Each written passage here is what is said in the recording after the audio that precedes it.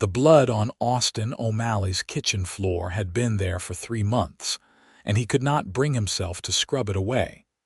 It was not human blood, just the remnants of butchering work he had done poorly and without care, but it represented something larger in his mind. His ranch house in Tonopah Junction, Nevada, had become a monument to his loneliness since returning from the cattle drive that spring of 1882. Dishes piled in the basin, dust coated every surface thick as morning frost, and his clothes lay scattered across furniture like tumbleweeds.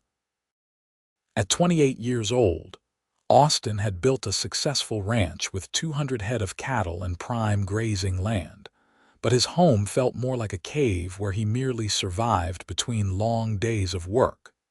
The decision to hire help came not from any moment of clarity but from shame. His foreman, Dutch Henry, had stopped by to discuss purchasing a bull and had actually recoiled at the threshold. The older man had not said anything, but his expression communicated volumes. Austin had stood there in clothes he had worn for 4 days straight, in a house that smelled of old coffee and neglect, and felt something crack in his chest. That afternoon, he rode into town and posted a notice at the general store. The words were simple: ranch owner seeks housekeeper. Room and board plus $20 monthly. Inquire at O'Malley Ranch, 3 miles north of town. He expected an older woman, perhaps a widow needing work. What he got was Olivia Fletcher. She arrived on a Tuesday morning, walking up the long drive with a canvas bag over her shoulder and determination in every step. Austin had been mending a fence post when he spotted her, and his first thought was that she had taken a wrong turn. Women did not typically walk alone on ranch roads, especially not women who looked like they belonged in a city parlor rather than the Nevada desert. He set down his tools and approached, removing his hat in a gesture his mother had drilled into him long ago. "Can I help you, miss?" "I am here about the position." Her voice was clear, educated, with an accent he could not quite place. "Eastern, certainly." "The housekeeper position." Austin studied her more carefully now. She was perhaps 22 or 23, with dark hair pinned back sensibly and gray eyes that met his without flinching. Her dress was plain but well made, though he noticed the hem had been let down at least once, and the cuffs showed signs of careful mending. She carried herself with the kind of dignity that poverty could not quite strip away. "I was expecting someone older," he said honestly. "I am aware that my age may be a concern, but I assure you I am capable. I maintained a household of 8 in Philadelphia before coming west." She shifted her bag slightly, and he noticed how thin her wrists were. "I can provide references, though they are from Pennsylvania and would take time to verify." "Why did you leave Philadelphia?" "That is personal business, Mr. O'Malley, and not relevant to my ability to keep a house." Her chin lifted slightly, and he saw something flash in her eyes. Pride, maybe, or pain. He should have pressed the issue. A woman alone traveling west usually meant scandal or tragedy. But the house behind him was a disaster, and something about her reminded him of a barn cat he had once found, half-starved but still refusing handouts, waiting to be offered work instead of charity. "The house is in poor condition," he warned. "I have let things go considerably." "I notice the state of your shirt collar, Mr. O'Malley. I can extrapolate." There was no judgment in her tone, just fact.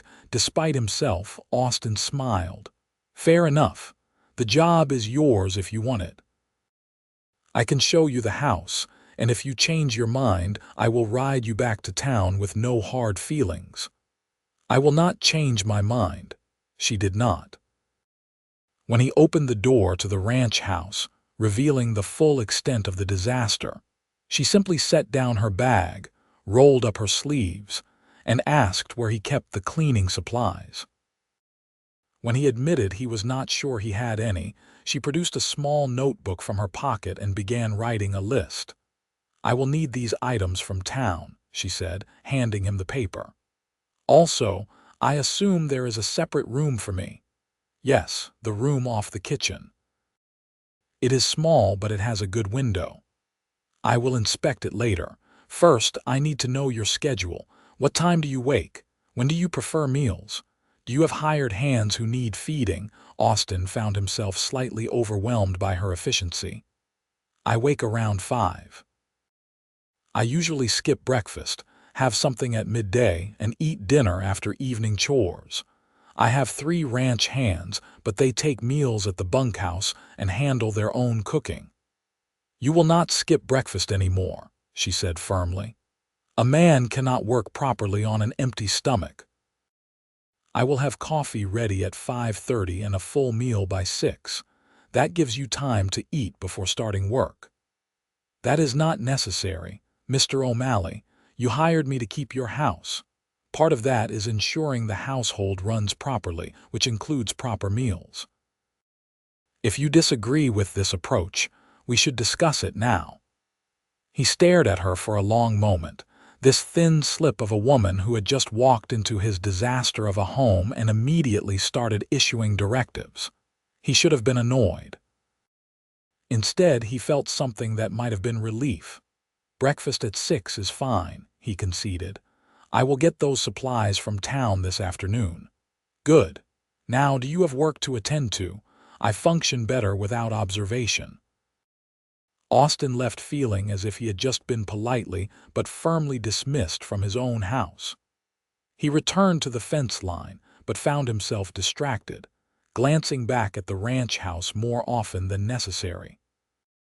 Smoke began rising from the chimney, which meant she had figured out how to work the temperamental stove. He wondered what she was burning, then realized she was probably heating water for cleaning. When he came in that evening, the transformation was not complete, but it was noticeable. The dishes had been washed and put away. The floor had been swept, though the bloodstain remained. The windows had been opened, and the smell of lye soap and vinegar replaced the previous staleness. Olivia stood at the stove, her hair slightly disheveled from work, stirring something in a pot. "There is a tub in the barn," she said without turning around. "I have heated water if you would like to wash before dinner." It was not really a suggestion. Austin glanced down at himself and realized he was indeed filthy. "I will do that. I set out clean clothes on your bed. The shirt has a missing button which I will replace tonight." He wanted to ask how she had even found clean clothes in the chaos of his room, but she had already turned back to her cooking. He gathered the water she had prepared, retreated to the barn, and took his first proper bath in weeks.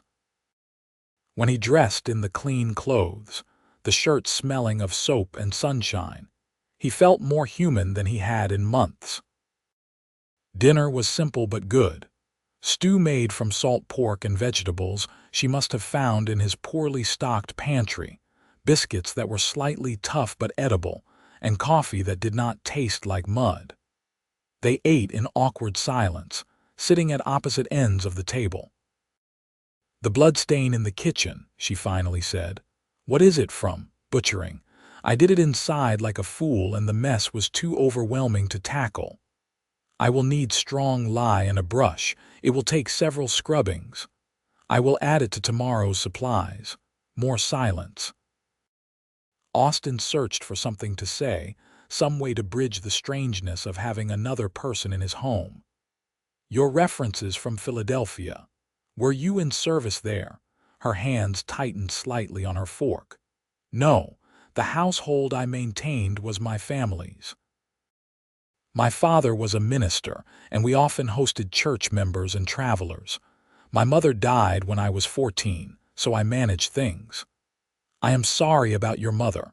It was nearly 10 years ago." Her voice was steady, but something in her eyes suggested the wound had not fully healed. "After my father passed this spring, there was nothing keeping me in Philadelphia. My brother inherited the house and his wife had her own opinions about how it should be run. I decided to seek opportunities elsewhere. There was more to the story. Austin was certain of that, but he did not press. Well, I appreciate you taking this position. The house was getting away from me. A house requires attention, just like anything else worth maintaining. She stood and began clearing dishes. I will have breakfast ready at 6, as discussed. Is there anything particular you prefer? Whatever you make will be fine. She nodded and turned to the basin, and Austin retreated to the front porch, unsure of where he fit in his own home anymore. He sat in the darkness, listening to the sounds of her moving around inside, water splashing, dishes clinking. Domestic sounds he had not heard in this house since his mother had visited 2 years prior. The night was cool for July, the desert giving up its heat to the vast sky.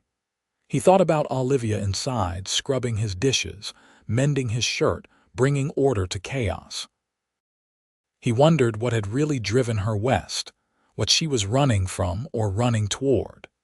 He wondered if she would last a week once she realized how isolated the ranch was, how different from Philadelphia. But the next morning she was up before him, coffee already brewing when he emerged from his room. She served eggs and bacon and fried potatoes and did not make conversation while he ate, somehow sensing that he was not a morning talker. When he headed out to begin work, his stomach was full and his clothes were clean, and he felt more ready for the day than he had in months. The pattern continued. Every evening he returned to a house that was incrementally cleaner, more organized, more livable. She worked steadily through the chaos, never commenting on the worst of it, just systematically addressing each problem. She washed every dish and piece of cookware, scrubbed every surface, beat the dust from every curtain. She found the good china his mother had sent, carefully wrapped and stuffed in a box under his bed, and washed each piece before arranging it in the hutch. She mended his clothes, darned his socks, and somehow made his battered wardrobe presentable again. But it was the small things that caught his attention. The way she placed wildflowers in a jar on the table. The way she opened windows in the morning to catch the cool air and closed them before the afternoon heat.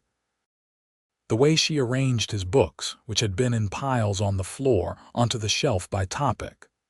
The way she saved bacon grease in a can, bread heels in a bag, vegetable scraps for stock, wasting nothing.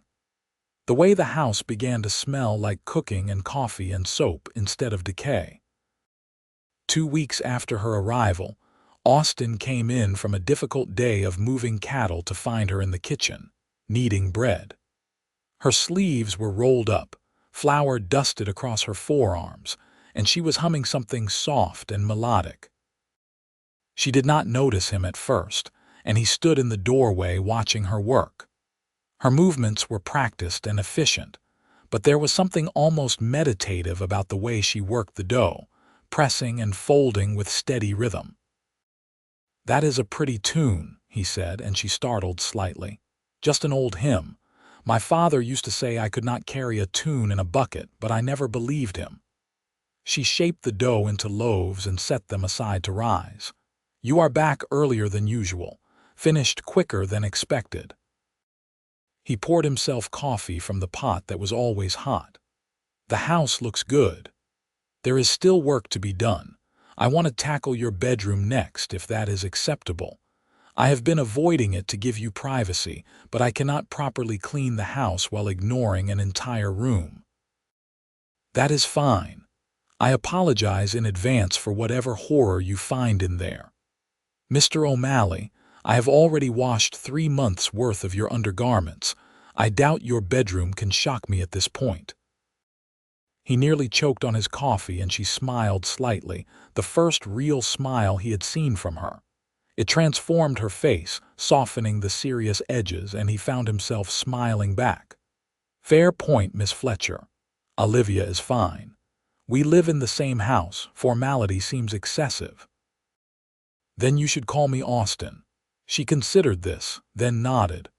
Austin, there is stew for dinner and I made apple pie. The apples were slightly mealy, but I added extra sugar and spices to compensate. Apple pie. He could not remember the last time he had eaten anything that was not purely functional. You did not have to go to that trouble. It was no trouble. I enjoy baking and you had the ingredients. She wiped her hands on her apron. Besides, a home should have occasional treats, not just sustenance. There was that word again. Home. Not house, but home. As if she saw the difference, as if she was actively working to create one from the other. That night, after dinner and pie that was far better than she had suggested, Austin sat on the porch and admitted to himself that something was shifting. He looked forward to coming back now. Not just to a clean house or a good meal, but to her presence. The way she moved through the rooms with quiet purpose. The way she sometimes talked to herself while working, muttering about stubborn stains or tricky recipes. The way she had started leaving the lamp on for him when he worked late, a warm glow welcoming him home. He was growing attached, and that was dangerous. She was his employee, a woman alone and dependent on him for shelter and income. Any feelings he developed would be inappropriate, an abuse of the power dynamic between them. Besides, she would leave eventually. Women like her, educated and refined, did not stay on isolated ranches forever. She was clearly here as a temporary solution to whatever had driven her west. Once she saved enough money or found better prospects, she would move on. The thought bothered him more than it should have. Meanwhile, Olivia was facing her own internal struggle. She had taken this position out of desperation, needing work and having few options for a single woman in a rough mining town like Tanapa Junction. She had expected the job to be purely transactional. She would clean, he would pay her, and they would coexist as employer and employee. She had not expected to find satisfaction in the work itself. In Philadelphia, maintaining her father's house had felt like an obligation, a duty she performed because there was no one else to do it. Here, transforming Austin's neglected house felt like an act of creation. Every cleaned room, every organized shelf, every meal she prepared felt like she was building something rather than just maintaining it, and she had not expected Austin himself. He was nothing like the men she had known in Philadelphia. Not refined or educated in the formal sense, but intelligent in practical ways. He knew cattle and horses, weather and land. He worked from dawn until after dark, and while his house had been a disaster, his ranch was well managed and profitable. He was quiet but not unkind, gruff but not rude. He said please and thank you, respected her privacy, and never made her feel like a servant. He was also handsome in a way she had not encountered before. Not polished or pretty, but solid and capable. Tall and lean from hard work, with sun-darkened skin and eyes the color of summer sky. His hands were calloused and scarred, but gentle when he handled the ranch animals. She had watched him with a newborn calf, patient and careful, and felt something flutter in her chest that had nothing to do with employment. This was foolish, she told herself firmly. She had left Philadelphia to escape one impossible situation, and she could not afford to stumble into another. Austin was her employer, nothing more. The fact that he had good manners and a nice smile was irrelevant. The fact that he had actually complimented her cooking was just politeness. The fact that sometimes she caught him watching her with an expression she could not quite read meant nothing. She focused on her work. She deep cleaned his bedroom, finding more abandoned laundry and 3 pairs of boots that needed resoling and a hat that had been sat on and crushed. She washed the windows until they sparkled, beat the mattress free of dust, and found decent curtains in a trunk that just needed washing and mending. When she was done, the room looked almost civilized. "You have been busy," Austin said that evening, standing in his bedroom doorway with an expression of amazement. "I had forgotten the room could look like this. It has good bones. It just needed attention." She gestured to the trunk. "There are more linens in there, some quite nice." "Were they your mother's wedding gift from her when I bought the ranch? I never bothered unpacking them." "They should be used, not stored away. That is what they are for." He nodded slowly. "You are right. Thank you for this, for all of it." The sincerity in his voice made her uncomfortable in a way she could not explain. "It is my job. It is more than that." He met her eyes. "You have made this place feel different, better." She should have just accepted the compliment and left. Instead, she heard herself say, "It is a good house. It deserves to feel like a home." Something passed between them in that moment, something unspoken but significant. Then Austin cleared his throat and stepped back, and the moment broke. "I should check on the horses," he said. "Dinner will be ready in an hour." He nodded and left, and Olivia stood in his bedroom feeling like she had just stepped onto uncertain ground. The summer progressed, hot and dry, and the house continued its transformation. Olivia tackled the parlor next, a room Austin admitted he never used. She cleaned and rearranged, making it actually inviting instead of just a space to walk through. She even convinced him to let her put up the paintings his mother had sent, Western landscapes that added color and warmth to the walls. "You have a talent for this," Austin said one evening, looking around the parlor with genuine appreciation. "Making spaces feel welcoming. My mother believed a home reflected the care put into it. She said you could tell a lot about people by how they kept their space." Olivia adjusted one of the paintings slightly, not in a judgmental way but in understanding what they valued. "What did my house tell you when you arrived?" She considered the question seriously. "That you were overwhelmed. That you had stopped seeing the space as a home and started seeing it as just a place to sleep between work. That you needed help but were too proud or too stubborn to ask for it. All accurate. And now," he looked around the room, then at her, "now it tells me that someone cares." The words hung in the air between them, heavy with meaning neither of them was quite ready to acknowledge. Austin started finding excuses to be in the house more.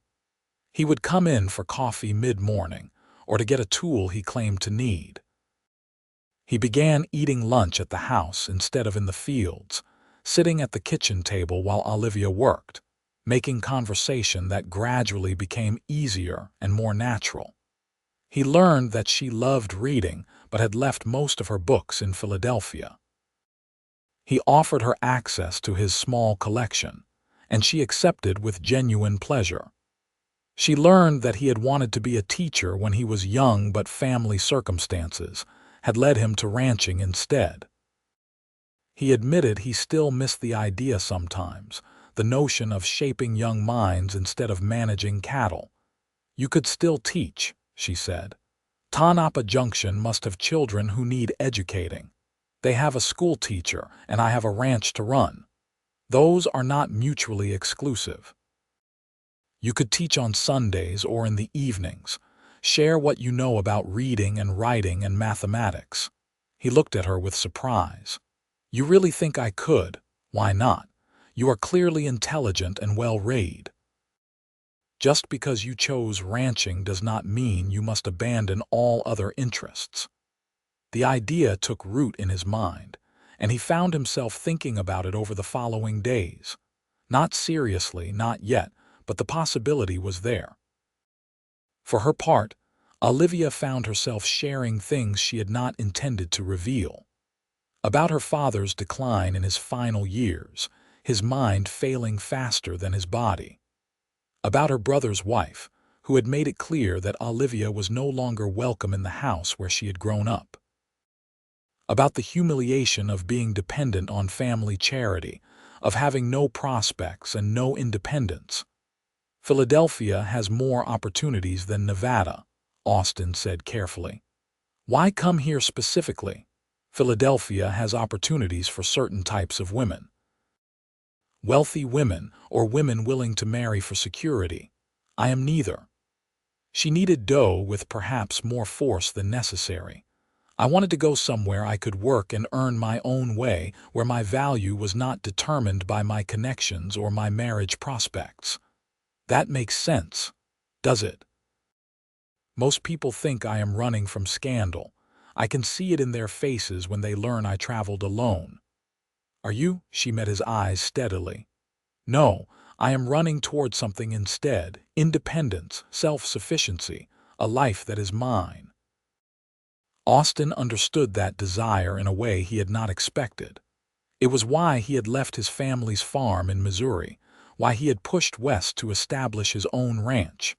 The need to build something that was entirely his own, that no one could take away. I hope you find it, he said quietly. I think I am building it. She shaped the dough into loaves, one day at a time. August arrived with relentless heat, and the ranch work became more demanding. Austin spent long days managing the herd, ensuring they had adequate water and grazing.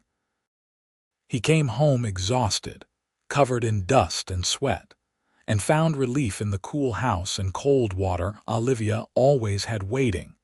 She had started keeping a garden, using kitchen scraps and careful water management to grow herbs and vegetables.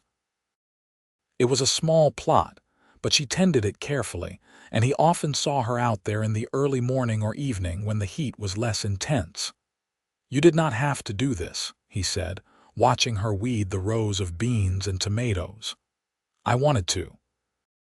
Fresh vegetables will improve our meals, and it gives me something to do besides housework. She sat back on her heels, pushing hair from her face. Besides, I like the work. Growing things feels hopeful. Hopeful. He turned the word over in his mind. When had he last felt hopeful about anything beyond the success of a cattle sale or the arrival of rain? Can I help? She looked surprised but pleased. Do you know anything about gardening? My mother had a large garden. I helped as a boy. Then yes, help would be welcome. They worked together in the cooling evening, weeding and watering, and Austin felt something settle in his chest, a contentment he had not experienced in years. The simple pleasure of working alongside someone, building something together, even if it was just a small garden. When they finished, Olivia stood and stretched, wincing slightly. I am getting too old to spend this much time kneeling. You are barely past 20. 24, and my back disagrees with your assessment. 24. Closer to his age than he had thought, only 4 years separating them. Not that it mattered, he reminded himself firmly. But it did matter, whispered a voice in his head that was getting harder to ignore. That night, after dinner, they sat on the porch together for the first time.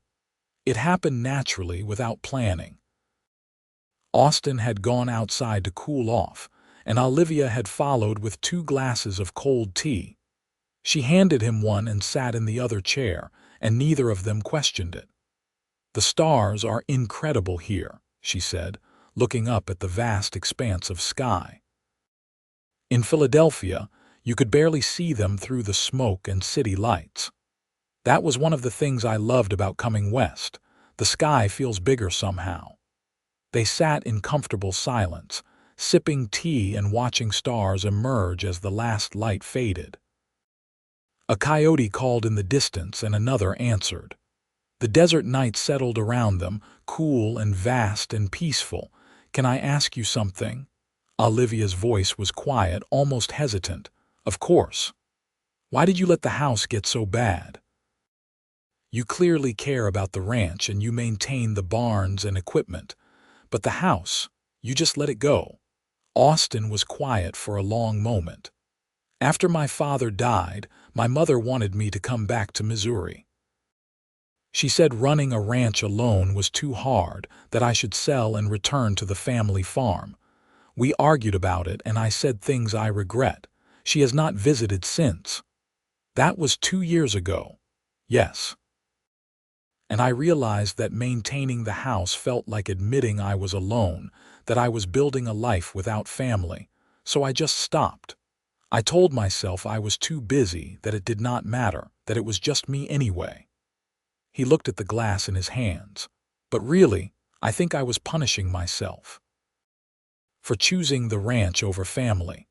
For wanting this life badly enough to hurt my mother. You were not wrong to choose your own path. Maybe not wrong, but it had consequences, and I have been living in those consequences. Olivia reached over and touched his hand briefly, a quick gesture of comfort. You should write to her. Tell her what you told me. She probably misses you as much as you miss her. What if she does not want to hear from me? What if she does? The simple logic struck him. He had been so certain of his mother's anger that he had never considered she might be waiting for him to reach out first, to bridge the gap his pride had created. I will think about it, he said. Good. She stood and collected the glasses. I am going to retire. Good night, Austin. Good night, Olivia. He sat on the porch for a long time after she went inside, thinking about family and pride and the cost of both. Thinking about the woman who had walked into his disaster of a home and somehow made it livable again. Thinking about the fact that he no longer dreaded coming home, that he actually looked forward to it. The next morning, he sat down and wrote to his mother. It took 3 drafts and most of his morning coffee, but he finally produced a letter that felt honest. He apologized for their argument, explained why the ranch mattered so much to him, and told her about Olivia, about the transformation of the house. He did not mail it immediately, needing time to be sure, but having written it felt like progress. Olivia noticed the change in him, the slight lightening of a burden she had not realized he carried. She did not ask about it, respecting his privacy, but she saw it in the way he smiled more easily, in the way tension she had not consciously registered seemed to ease from his shoulders. September arrived with cooler temperatures and the promise of fall. The garden produced well, and Olivia spent days preserving vegetables, canning tomatoes and beans and making pickles. Austin helped when he could, following her instructions for preparing jars and managing the hot water bath. They worked side by side in the steamy kitchen, and he found himself watching her more than was probably appropriate. The way she pushed hair from her face with the back of her wrist. The way she bit her lip when concentrating. The way she smiled with satisfaction when a batch of canning turned out well. The way her laugh sounded when he made a clumsy attempt at humor. He was in love with her. The realization came quietly, without drama, while he was washing jars and she was stirring tomatoes. He was in love with Olivia Fletcher, and he had no idea what to do about it. She was his employee, dependent on him for income and shelter. Declaring feelings would put her in an impossible position. If she did not feel the same way, she would likely feel obligated to leave. If she did feel the same way, she might feel pressured to reciprocate out of fear of losing her job. Either way, he risked ruining the best thing that had happened to him in years, so he said nothing. He continued as before, treating her with respect and friendship, keeping his growing feelings carefully hidden. He did not know that Olivia was engaged in the exact same internal struggle. She had fallen in love with Austin O'Malley somewhere between cleaning his house and planting the garden, between evening conversations on the porch and working together in comfortable silence. She loved his quiet competence, his dry humor, the gentle way he treated animals and people alike. She loved that he listened when she talked, that he respected her opinions, that he saw her as a person rather than just a housekeeper, but she could not tell him. She was his employee, living in his house, dependent on his goodwill. Any declaration would be inappropriate and potentially disastrous. So she kept her feelings locked away, focusing on her work, trying to ignore the way her heart jumped when he smiled at her. They continued in this stalemate through September and into October, both quietly pining, neither willing to risk the fragile balance they had achieved. The shift came unexpectedly, as shifts often do. Austin returned from town one afternoon with supplies and news. "There is a dance next Saturday. The church is hosting it to raise money for a new bell. I thought you might like to go." Olivia looked up from her mending with surprise. "A dance? You have been on the ranch for 4 months without a break.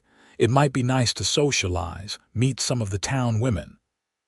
Even as he said it, Austin felt a twisting in his gut at the thought of introducing her to people.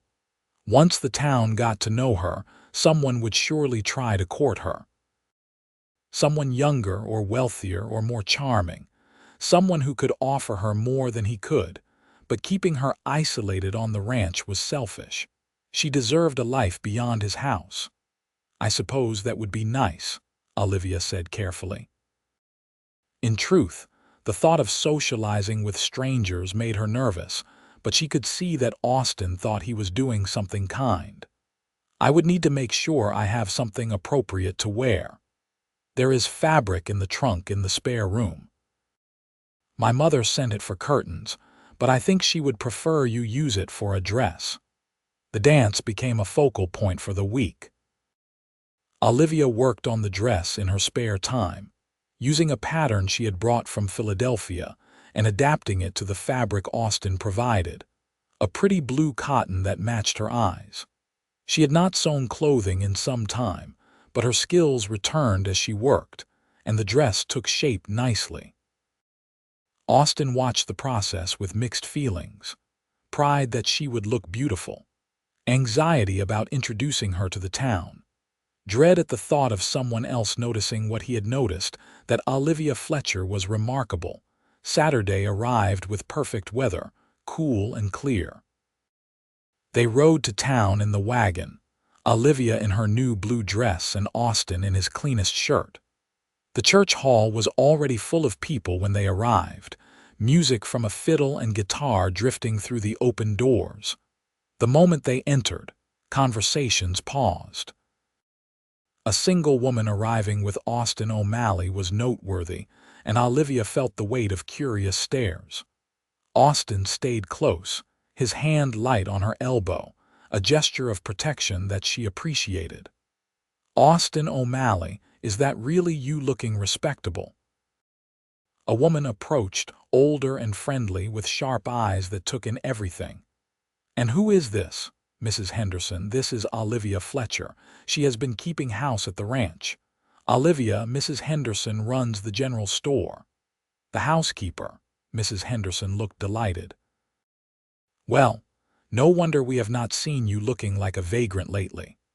Miss Fletcher, welcome to Tonopah Junction. You must tell me all about yourself." Before Olivia could respond, Mrs. Henderson had linked arms with her and was leading her toward a group of women. Austin started to follow, but Dutch Henry appeared and pulled him toward the men gathered near the refreshment table. "So you finally hired help," Dutch said with a grin. "And pretty help at that. Smart move." "It is not like that. She needed work and I needed a housekeeper." "Sure. That is why you have been smiling more than I have seen in 2 years." Austin did not dignify that with a response, but he could not help glancing over to where Olivia stood with the women. She looked slightly overwhelmed but was holding her own, answering questions with polite reserve. The evening progressed with music and dancing. Austin danced with several women, social obligation more than pleasure, but his attention kept drifting to Olivia. She danced as well, partnered by various men from town, and he told himself the sharp feeling in his chest was not jealousy.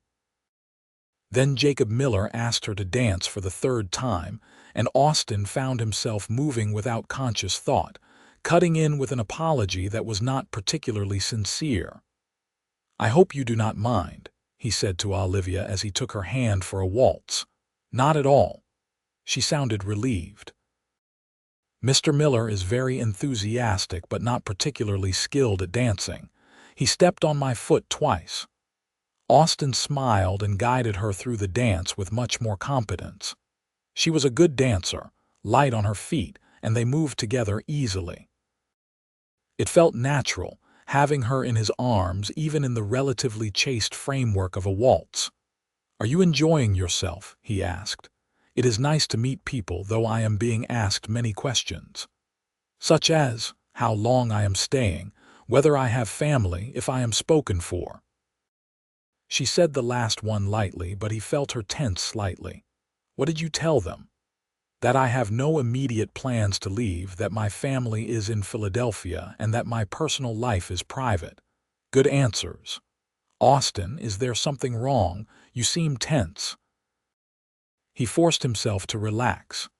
"Just not used to social events. I prefer the quiet of the ranch." "As do I, honestly.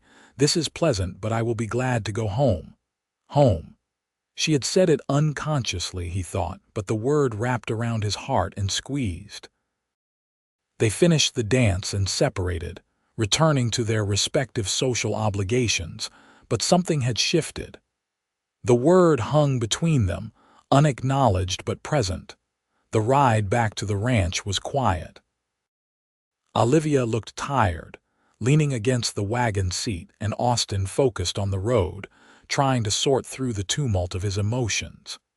He had spent the evening watching other men dance with her, talk to her, showing interest, and it had taken all his willpower not to stake some kind of claim. But he had no right to claim her, no matter how he felt.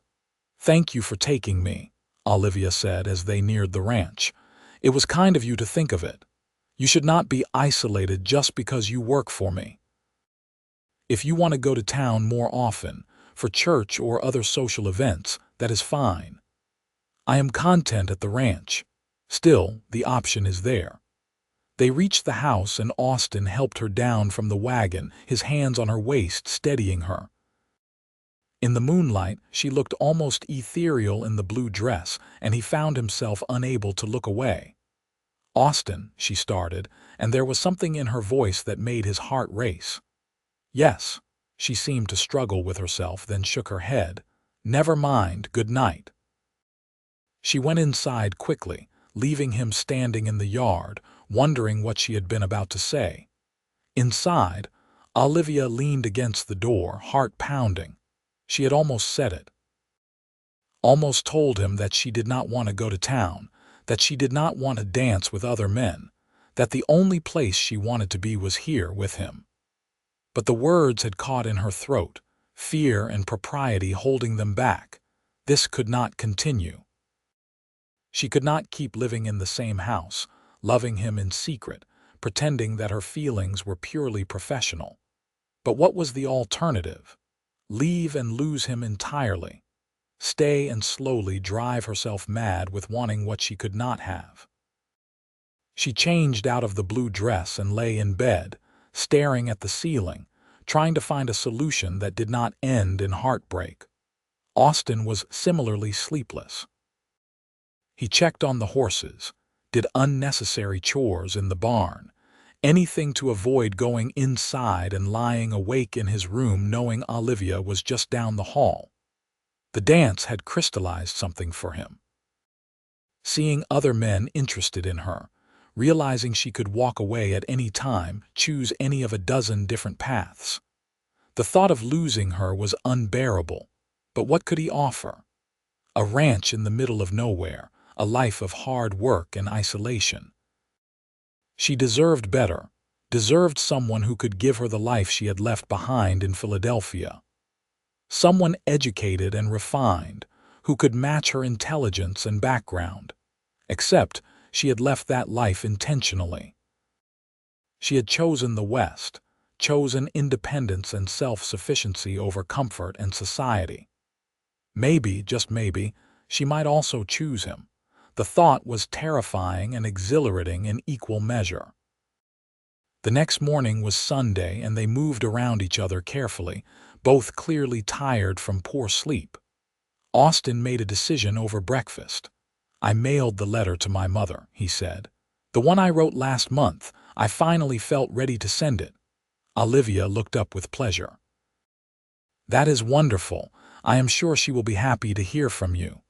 It was your advice that pushed me to do it, so thank you. You did the hard part. I just reminded you it was possible." They looked at each other across the table, and the air felt charged with unspoken words. Then Austin stood abruptly. "I should check the fence line in the north pasture. On a Sunday, ranch work does not stop for the Sabbath." He fled, and Olivia sat alone with her cooling coffee, feeling like a coward. Why had she not said something? Why had she let the moment pass again? October faded into November, and the tension between them grew. They were unfailingly polite, still friendly, but something hummed beneath every interaction. Conversations trailed off mid-sentence. Hands touched accidentally and jerked apart. Eyes met and slid away. The ranch hands noticed. Dutch Henry mentioned to Austin that the household seemed to be running well, with a pointed look that suggested he saw more than Austin wanted him to. Mrs. Henderson, when Olivia went to town for supplies, made comments about what a good match they would make, how natural they seemed together at the dance.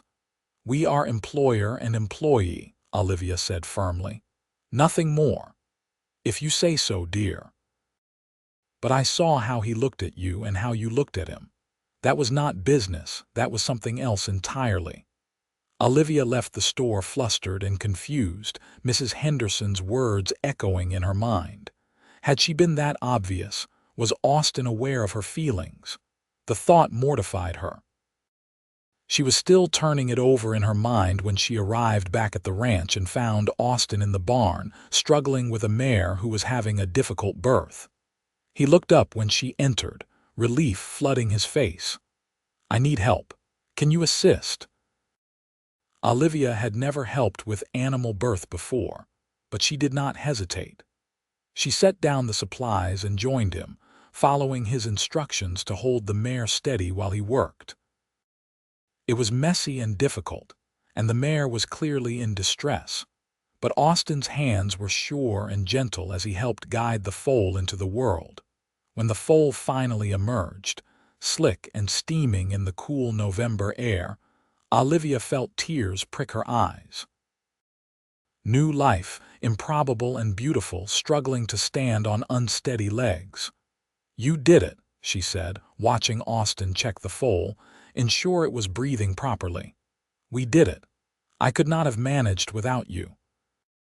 He looked at her, still kneeling in the straw, and his expression was open in a way she had never seen. "Thank you, Olivia. Of course. I am glad I could help." They stayed there, watching the mare nuzzle her foal, encouraging it to nurse. The barn was quiet except for animal sounds, warm and dim, and Olivia felt the moment stretch and settle around them. "Olivia, I need to tell you something." Austin's voice was low, almost hesitant. "Yes, these past months since you arrived, everything has changed. The house, yes, but more than that. The way I feel when I come home, the way I think about the future. You have made this place into a home, like you said, but you have also made it somewhere I want to be." Her heart was pounding so hard she was sure he could hear it. "Austin, please, let me finish before I lose my courage. I know you are my employee, and that makes this complicated. I know I have no right to say any of this, but I cannot keep pretending I feel nothing when that is the furthest thing from the truth. I am in love with you, Olivia.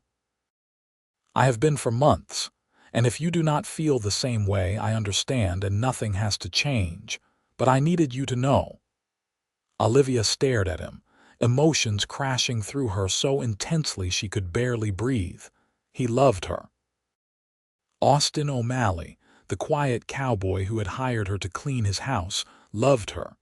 "You have nothing to say." His voice was uncertain now, vulnerable in a way that broke her heart. "I am trying to find words adequate to what I am feeling, and they all seem insufficient." She moved closer, closing the distance between them. "I love you too. I have for so long that I cannot even identify when it started. Maybe the first day when you let me stay despite how young I was. Maybe when you trusted me with your house. Maybe when you actually listened when I talked, like my opinions mattered. I do not know when it began, but I know it is real and it is overwhelming, and I thought I would have to keep it hidden forever." Austin reached for her hand, laced his fingers through hers. "So we have both been miserable, loving each other in secret and thinking it was impossible." "Apparently so," he laughed, and the sound was joyful, releasing months of tension. "We are quite the pair of fools, absolutely foolish." Then he was kissing her, careful and sweet, and she kissed him back with all the emotion she had been holding inside. His hand cupped her face, thumb brushing her cheek, and she gripped his shirt, pulling him closer. When they finally broke apart, both were slightly breathless. "I want to do this properly," Austin said. "Court you, ask for your hand in marriage, all of it. You deserve romance and respect, not just declarations in a barn." "I do not need romance. I need honesty and partnership, and you have already given me that. Still, let me try. Let me take you to dinner, bring you flowers, write you terrible poetry. Let me show you how much you mean to me." Olivia smiled, radiant with happiness. "I would like that very much." They stayed in the barn until the foal was steady on its feet, hands intertwined, making quiet plans for a future they had both secretly dreamed of, but never dared voice. When they finally returned to the house, everything looked the same but felt entirely different. This was no longer just the place where they lived and worked. It was home in the truest sense, built by both of them together. The courtship Austin promised began the next day. He brought her flowers from the garden she had planted, slightly wilted from frost but precious nonetheless. He asked permission to sit with her in the evening, as if they had not been doing exactly that for months. He was formal and sweet and slightly awkward, and Olivia loved every moment of it. Word spread through Tonopah Junction with the speed of wildfire. The reclusive rancher Austin O'Malley was courting his housekeeper, and opinion was divided. Some thought it scandalous, a man pursuing his employee. Others found it romantic, a love story growing from proximity and shared purpose. Mrs. Henderson fell firmly in the romantic camp and made sure everyone knew it. Austin and Olivia ignored the gossip as much as possible. They were too happy to care what others thought. Austin continued his ranch work, but now came home for lunch every day, sitting with Olivia in the kitchen they had cleaned together, in the house they had transformed together. They talked about everything and nothing, learning the depths of each other's minds and hearts. Olivia learned that Austin had a wicked sense of humor that only emerged when he was comfortable, that he loved reading philosophy but felt self-conscious about it, that he wanted children someday, a house full of noise and life, that his greatest fear was ending up alone. Austin learned that Olivia wrote poetry she never showed anyone, that she had wanted to be a teacher as well, before circumstances had made it impossible, that she dreamed of a life built on partnership and mutual respect rather than the traditional hierarchy of marriage, that her greatest fear was being trapped and powerless again. "You would never be powerless with me," Austin said fiercely when she shared that fear. "We would be partners in everything, equal say in decisions, equal ownership of our life together. That is not how marriage typically works." Then we will not have a typical marriage. It was early December when Austin proposed, though in many ways the proposal was a formality. They both knew where this was heading. He did it properly, getting down on one knee in the parlor she had made beautiful, offering a ring that had been his grandmother's.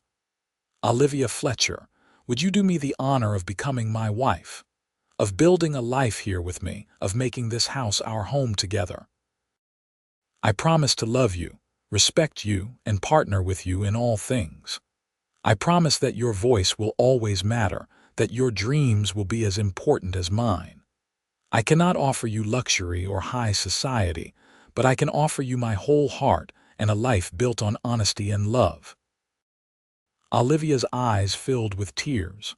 Yes, yes to all of it, to partnership and respect and building a life together, to loving you for as long as I live. Yes, Austin, absolutely yes. He slipped the ring onto her finger and it fit perfectly. Then he stood and pulled her into his arms, holding her close, and Olivia felt something settle deep in her soul. This was home. Not just the house, but him. Them together. They married in the church on a cold January morning in 1883 with half the town in attendance. Olivia wore a dress she had made from ivory fabric Austin had special ordered from Denver, and she carried wildflowers that had somehow survived the winter cold. Austin wore his best suit and could not stop smiling. Dutch Henry served as best man, and Mrs. Henderson as matron of honor, both looking absurdly pleased with themselves for supporting the match. The ceremony was simple and heartfelt, their vows traditional but weighted with the depth of their feelings.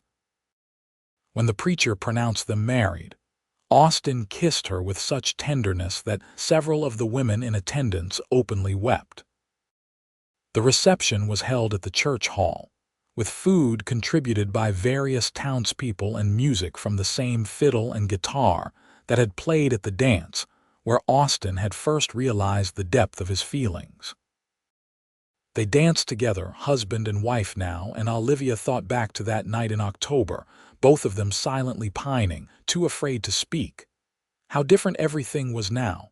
"Happy?" Austin asked, spinning her gently, deliriously so. "You, more than I knew was possible." They rode back to the ranch as the sun was setting, painting the Nevada sky in shades of gold and rose. The house waited for them, warm and welcoming, transformed from the disaster it had been into a true home. Their home now, built together through work and care and love. That night, as they lay together for the first time as husband and wife, Austin pulled Olivia close and marveled at the path that had brought them here. A posted notice, a desperate woman, a neglected house. Such simple beginnings for something so profound. "What are you thinking?" Olivia asked, her head on his chest. "That I hired you to clean my house and you gave me everything I did not know I needed. You gave me the same, a place to belong, a partnership, a home. Our home. Our home," she agreed and sealed the promise with a kiss. Life settled into a new rhythm after the wedding. Olivia was no longer the housekeeper but the ranch wife, a distinction that changed little in practice but everything in meaning. She still cooked and cleaned, but now she also helped with ranch business, keeping the books and managing supplies. Austin involved her in every decision, true to his promise of partnership. The first challenge came in March, when a late winter storm hit hard, threatening the newly born calves. They worked together day and night, bringing the most vulnerable animals into the barn, ensuring adequate feed and water. Olivia proved herself as capable in a crisis as Austin had always been, and the ranch hands developed deep respect for her. "You picked a good one," Dutch Henry told Austin as they hauled hay in the driving snow. "Tough as nails and twice as smart. You are a lucky man. Do not I know it?" April brought a letter from Austin's mother. He opened it with shaking hands, not sure what to expect after 2 years of silence. Olivia stood beside him, offering silent support as he read. The letter was everything he had hoped for. His mother apologized for their estrangement, explained that pride had kept her from reaching out first, and expressed joy at his marriage. She asked to visit in the summer to meet Olivia and see the ranch he had built. The final line brought tears to Austin's eyes. "I am proud of you, son, and I am sorry it took me so long to say so." "She is coming," he said, looking at Olivia with wonder. "She wants to visit to meet you." "That is wonderful. We will need to prepare a room for her, make sure everything is perfect." "You are not nervous about meeting her?" Terrified, actually, but also excited. She is your mother and she clearly loves you. I want to know her. Austin pulled her into a tight embrace, overwhelmed with gratitude for the woman he had married. She had helped him heal his relationship with his mother, just as she had healed so much else in his life. His mother arrived in July, a small woman with Austin's eyes and a steely strength that reminded Olivia of herself. They sized each other up carefully, two women who loved the same man, both protective and both uncertain. "So you are the one who finally got my stubborn son to clean his house, Mrs. O'Malley said. "And you are the one who raised a man capable of admitting when he needed help," Olivia replied. They looked at each other for a long moment, then Mrs. O'Malley smiled. "I think we are going to get along just fine. The visit was a success." Mrs.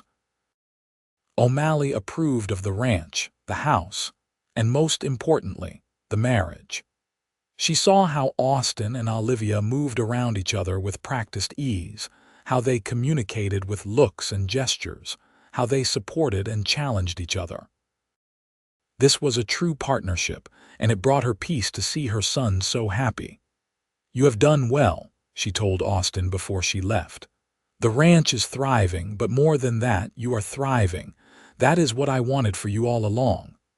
I am sorry it took so long for us to reconcile. We both played our part in the estrangement.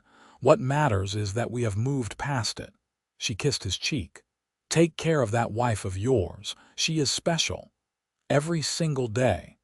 As 1883 progressed into 1884, the ranch prospered. Austin made several good cattle sales, and they were able to save money for the first time in years. They talked about the future, about expanding the herd, about possibly buying adjacent land when it became available. But mostly, they talked about family. "I want children," Olivia said one evening as they sat on the porch watching the sunset. "I know we have not talked about timing, but I wanted you to know. I want them too, as many as we are blessed with." Austin took her hand. "Do you want to start trying?" "Yes, I think I do." The conversation was matter of fact, but the implications filled them both with excitement and nervousness. They were building not just a home, but a legacy, a family to fill the rooms Olivia had cleaned and the land Austin had claimed. Olivia became pregnant in the fall of 1884. The morning sickness was intense, and Austin hovered anxiously, trying to help in ways that were both endearing and occasionally frustrating. He insisted she rest more, take fewer physical tasks, and generally treated her like she was made of glass. "I am pregnant, not dying," she finally said with exasperation. "Women have been having babies while doing hard work since the beginning of time. Not my wife carrying my child." She softened at that, seeing the fear beneath his protectiveness. "I will be careful, I promise. But I also need to feel useful, and I will not spend 7 months sitting idle." They compromised. Olivia continued most of her regular tasks, but allowed Austin to help more, especially with anything requiring heavy lifting or extensive bending. He took over the garden work, following her detailed instructions with endearing seriousness.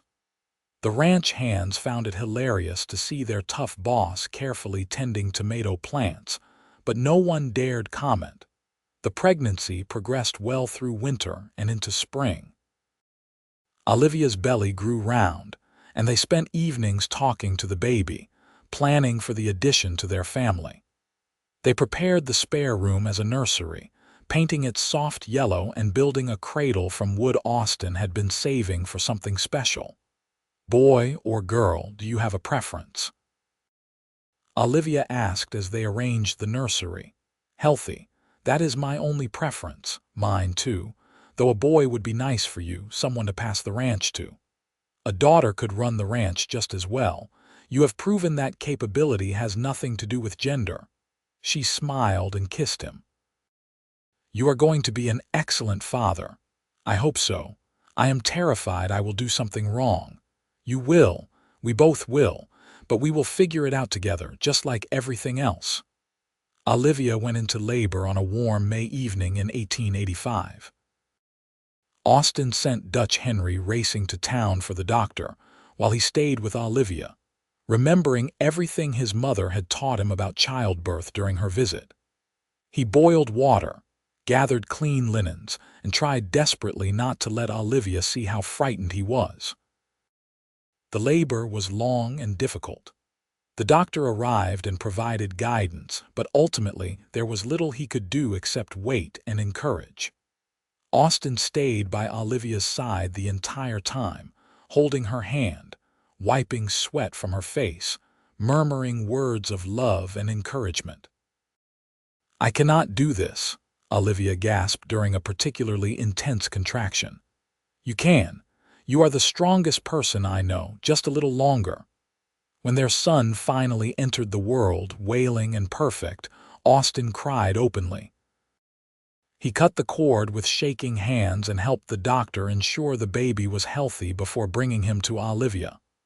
"A boy," he said, his voice thick with emotion. "We have a son." Olivia took the baby, exhausted but radiant. "He is perfect. Look at him, Austin. We made this." They named him Daniel, after Olivia's father, with the middle name of James after Austin's. Daniel O'Malley made his presence known immediately, crying lustily and often, but they did not care. They were completely besotted. Austin proved to be exactly the father Olivia had predicted: loving, patient, and completely devoted. He walked the floor with Daniel when he was fussy, changed diapers without complaint, and could be found talking to his son about ranch business as if the infant understood every word. "You are going to spoil him," Olivia said, watching Austin rock Daniel to sleep for the third time that night. "Impossible. He is perfect and deserves all the attention in the world." She just smiled, her heart full as she watched her husband with their son. This was everything she had dreamed of when she left Philadelphia, though she had not known it at the time. A home, a family, a partner who loved her completely. As Daniel grew from infant to toddler, the ranch continued to thrive. They added more land, increased the herd, and hired additional ranch hands. The house that had once been neglected was now filled with life. A child's laughter, the sounds of family meals, the daily rhythm of a home well loved. Olivia became pregnant again in 1887, and this time the process was easier. She knew what to expect, and her body handled it better. In early 1888, she delivered a daughter they named Sarah, after Austin's mother. Sarah was calmer than Daniel had been, a peaceful baby who seemed content just to observe the world around her. "Two children," Austin said, holding Sarah while Daniel played at their feet. "We are truly blessed. Do you want more? I want whatever makes you happy. If you want a dozen children, we will have a dozen. If you are content with two, then we are perfect as we are." Olivia leaned against him, feeling the solid warmth of his shoulder. "Let us see how we manage with these two first, but I would not object to more in time." Life settled into a beautiful routine. Austin managed the ranch with Olivia's partnership, making decisions together about everything from cattle sales to hiring decisions. They had disagreements sometimes, but they had learned to navigate conflict with respect and communication. Their marriage was strong, built on the foundation of friendship and mutual respect they had established from the beginning. The children grew. Daniel was bold and adventurous, always trying to help with ranch work even when he was too small to be useful. Sarah was quieter, more observant, with a love of books that reminded Austin of himself. They were different but both dearly loved, each bringing their own joy to the household. In 1890, another son arrived, named Thomas. Then in 1892, twin girls, Elizabeth and Margaret. The house was full now, chaotic and loud and absolutely wonderful. Olivia sometimes thought back to the quiet, lonely woman she had been when she first arrived and marveled at the transformation, not just of the house but of herself. Did you ever imagine this? She asked Austin one night after they had finally gotten all 5 children to bed. They sat on the porch, exhausted but content, holding hands in the darkness. Not even remotely. When you first arrived, I just wanted someone to make the house less of a disaster. I had no idea you would make it a home, that you would make me whole. You did the same for me. I came here running from one life and stumbled into a better one than I could have designed. We built it together. The home, the family, all of it. Equal partners like I promised. The best partnership I could imagine. They sat in comfortable silence, listening to the desert night, the sounds of cattle settling, the wind through the sagebrush. Inside, their children slept safely, the house clean and warm and full of love. The house that Austin had neglected and Olivia had transformed. Their home. The years continued to pass, marked by the growth of children and the steady success of the ranch. Daniel grew into a capable young man, learning ranching from his father with dedication and skill. Sarah developed a passion for teaching and began helping educate her younger siblings and children from neighboring ranches. Thomas showed a talent for working with horses, able to gentle even the most skittish animals. The twins were inseparable, imaginative and energetic, keeping everyone on their toes. Austin and Olivia aged together, their love deepening with each passing year. They faced challenges, droughts that threatened the herd, illnesses that scared them, the inevitable conflicts that came with raising 5 strong-willed children. But they faced everything together, their partnership as solid at 20 years as it had been at the beginning. In 1902, when they had been married nearly 20 years, Austin woke to find Olivia watching him with a soft smile. "What are you thinking?" he asked, the same question he had asked countless times over the years. "That I am impossibly lucky. That I took a job cleaning a cowboy's house and ended up with a life beyond my wildest dreams. I am the lucky one. I hired a housekeeper and gained a partner, a love, a family, everything that matters. We are both lucky then." Agreed. He pulled her close, breathing in the familiar scent of her hair.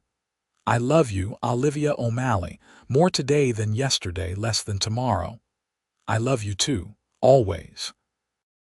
They lay together, the morning light creeping through curtains Olivia had made years ago, in the house they had built into a home through hard work and devotion. Outside, the ranch was waking up, the sounds of cattle and horses, the shouts of ranch hands beginning their day. Soon their children would wake, and the house would fill with noise and life and the beautiful chaos of family. But for this moment, it was just the two of them. The cowboy and the housekeeper who had become so much more. Partners in life and love, builders of a home and a family that would endure for generations. Austin thought back to the day he had posted that notice, desperate for help but too proud to admit how far he had fallen. He thought about Olivia walking up the drive, determined and proud despite obvious need. He thought about the blood stain she had scrubbed away, the windows she had washed, the meals she had cooked.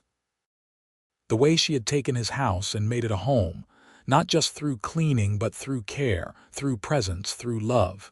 "Thank you," he said quietly. "For what?" "For answering my advertisement.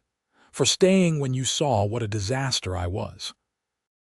For making this place, making me, making our life together into something beautiful. You did that too. You gave me a place to belong when I had nowhere else to go. You treated me like a partner before you ever fell in love with me. You built this life as much as I did. We built it together." "Yes," she agreed, smiling. "Together. Always together." And as the sun rose fully over the Nevada desert, painting the sky in shades of gold and rose, Austin and Olivia O'Malley rose to face another day. The ranch would need managing, the children would need attention, and life would continue with all its demands and joys. But they would face it together, as they always had, in the home they had created from a neglected house and two lonely hearts. The story that had started with a simple advertisement, a desperate need, and an unexpected arrival had become something far greater. A love story, yes, but also a story of partnership and respect, of building something meaningful through hard work and devotion. A story of transformation, of two people who found in each other exactly what they needed, even when they had not known they needed it.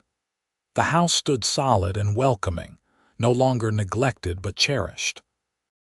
Inside, 5 children grew and thrived, the next generation of O'Malleys who would carry forward the legacy of love and partnership their parents had built. Outside, the ranch prospered, testament to years of hard work and good decisions made together. And at the center of it all, Austin and Olivia, the cowboy and the woman he had hired to clean his house. The woman who had made it a home. The woman he had fallen in love with somewhere between the scrubbing of bloodstains and the planting of gardens, between difficult conversations and comfortable silences. The woman who had become his wife, his partner, his everything. Their love story was not one of grand gestures or dramatic declarations, though those had their place. It was a love story built on daily choices, on showing up for each other, on transforming a house into a home through thousands of small acts of care and devotion. It was real and it was lasting and it was theirs. As they walked hand in hand to the kitchen, ready to start another day, they passed through rooms filled with memories. The parlor where he had proposed, the kitchen where they had worked side by side canning vegetables, the bedroom where their children had been born. Every room held stories, moments of their shared life, the accumulation of years spent building something meaningful together. "What should we do today?" Olivia asked, already mentally planning breakfast for 7 hungry people. "Whatever needs doing." Together. Always together. It was a simple exchange, ordinary words for an ordinary morning, but it held within it everything that mattered: partnership, commitment, love that had weathered years and would weather many more. The promise they had made to each other on a cold January morning nearly 20 years ago, renewed in the simple act of facing another day side by side. The children began to wake, voices calling out, feet thundering on floors, the chaos of family mourning beginning. Austin and Olivia looked at each other and smiled, that shared smile of parents who knew exactly what they were getting into and chose it anyway, every single day. This was home. Not just the building, though the building mattered, transformed from neglect to beauty through Olivia's care. Not just the land, though the land was their livelihood and their legacy. Home was this: the family they had built, the partnership they had forged, the love that grew stronger with each passing year. Austin had hired a woman to clean his house, expecting nothing more than dishes washed and floors swept. Instead, he had found everything. Olivia had taken a job out of desperation, expecting nothing more than wages and shelter. Instead, she had found belonging. Together, they had created something neither could have built alone. A home in the truest sense, filled with love and laughter, hard work and dedication, partnership and respect. A home that would stand for generations, not just as a building but as a testament to what two people could create when they chose each other, every day, in all the small moments that made up a life. And as breakfast was served and children chattered and the day began in earnest, Austin caught Olivia's eye across the table. She smiled at him, that special smile reserved just for him, and he smiled back. No words were needed. After 20 years together, they spoke a language all their own. The cowboy and his wife. The house that became a home. The love story that started with an advertisement and became a lifetime. This was their happily ever after, not perfect but real, not easy but worth every moment. Built together, cherished together, lived together, always together.